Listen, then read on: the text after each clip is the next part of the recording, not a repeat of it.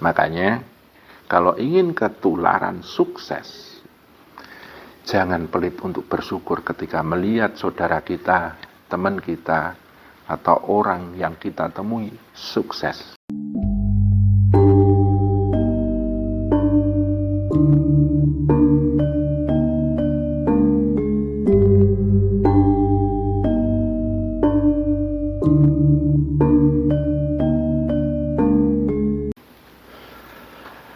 Di dalam saya mendakwahkan ilmu thariqah, tentu saja akan bertemu suka duka, Mas. Kita tahu bahwa negara ini saat ini sedang mengalami banyak krisis. Krisis yang paling mendasar adalah yang pertama krisis moral. Kemudian krisis ideologi, dan akhirnya melahirkan krisis idealisme. Dan selanjutnya akan muncul krisis lagi yang namanya krisis kepribadian. Kita takut pada suatu saat nanti kalau krisis ini merajalela, Indonesia ini akan menjadi satu negara yang homo homini lupus. Manusia adalah serigala bagi manusia yang lain. Makanya kita bangun. Dengan jalan thariqah ini kita berharap krisis ini tertanggulangi. Idealisme bisa kita pegang kembali, moralitas bisa kita bangun juga. Kemudian satu proses yang menuju homo homini lupus itu akan menjadi homo homini socius, bahwa manusia itu adalah manusia yang bersifat sosial. Seorang manusia tidak bisa hidup sendiri, mereka butuh orang lain.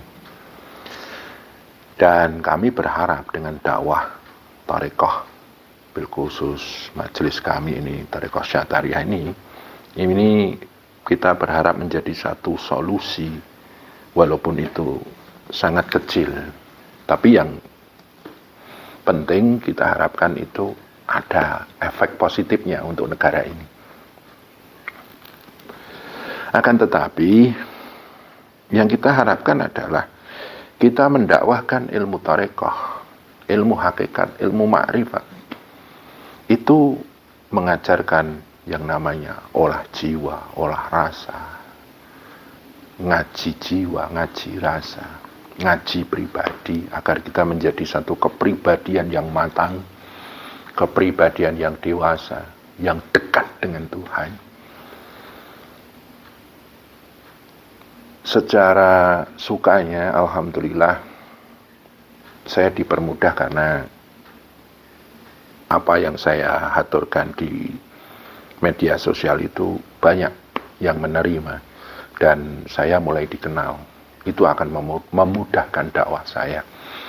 Akan tetapi ada juga penerimaan ilmu thariqah ini beda jalur, beda persepsi. Orang berpersepsi bahwa dengan ilmu thariqah ini diidentikan dengan perdukunan. Makanya banyak yang datang ke tempat saya, menemui saya, itu yang diurusi masalah hutang. Gimana Gus hutang supaya bisa lunas? Gimana saya? Bahkan ada yang pernah minta nomor togel dengan satu janji, kalau togel ini nembus, hutangnya lunas, dia berjanji ingin mendekatkan diri pada Tuhan. Kemudian ada beberapa yang datang ingin dibantu untuk menjadi pejabat ini itu. Kemudian ada yang datang justru malah curhat dengan masalah-masalah yang sesungguhnya beda dengan jalur thariqah. Kalau di dalam ilmu thariqah kan ketika kita miskin, bagaimana kemiskinan itu mematangkan jiwa kita, mendewasakan diri kita, menyepuh pribadi kita. Tapi beda Mas, nggak seperti itu orang menangkap ilmu tarekah itu. Dengan adanya banyak masalah hidup di dalam sudut pandang tarekah itu, semakin banyak masalah, itu menjadi satu batu pijakan agar kita lebih dewasa dan lebih matang. Tapi orang-orang yang bermasalah itu menggunakan ilmu tarekah itu untuk agar bisa menyelesaikan masalah dengan instan. Kita kan nggak bisa lepas dengan yang namanya hukum kausalitas, hukum sebab akibat, atau ada istilah kondang yang disebut karma pala. Nggak bisa instan. Kalau bisa instan sih, nanti bagaimana caranya ujian mendapatkan nilai bagus tanpa belajar. Kemudian bagaimana cara sukses tanpa bekerja. Itu kan beda dengan hukum-hukum alam. Itu sudah menyalahi hukum alam. Nah ini sudut pandang yang seperti inilah yang perlu kita luruskan, bahwa ilmu tarekah bukan untuk itu.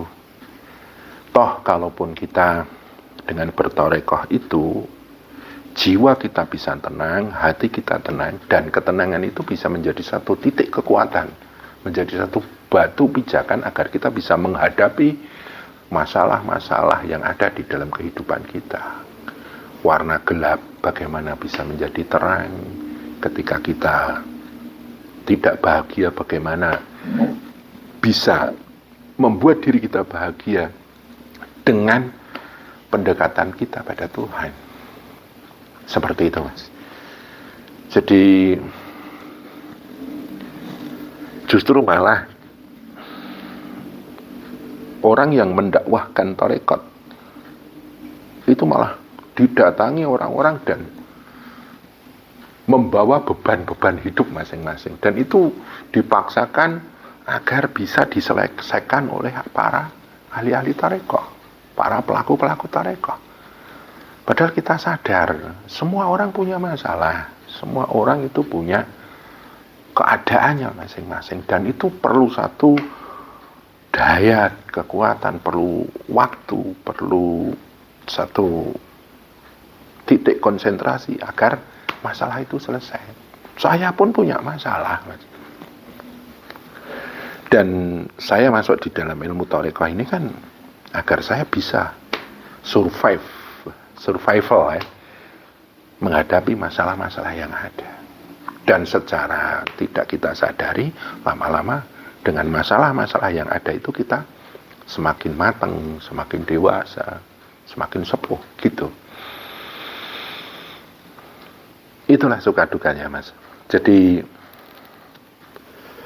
yang jelas perlu penyadaran bahwa ilmu tarekat itu adalah ilmu bagaimana kita bisa, sekali lagi saya katakan, matang jiwa kita, sepuh, dewasa, dan kita dekat dengan Allah. Seperti itu saja. Kalau semuanya sadar, wah enak sekali bertarekat itu, luar biasa, kayak gitu. Dan ini mungkin perlu proses untuk menyadarkan. Dan saya pun masih berproses. Saya belum bisa dibilang orang yang luar biasa. Enggak. Saya enggak akan menilai diri saya sehebat itu. Enggak. Saya juga masih proses, Mas.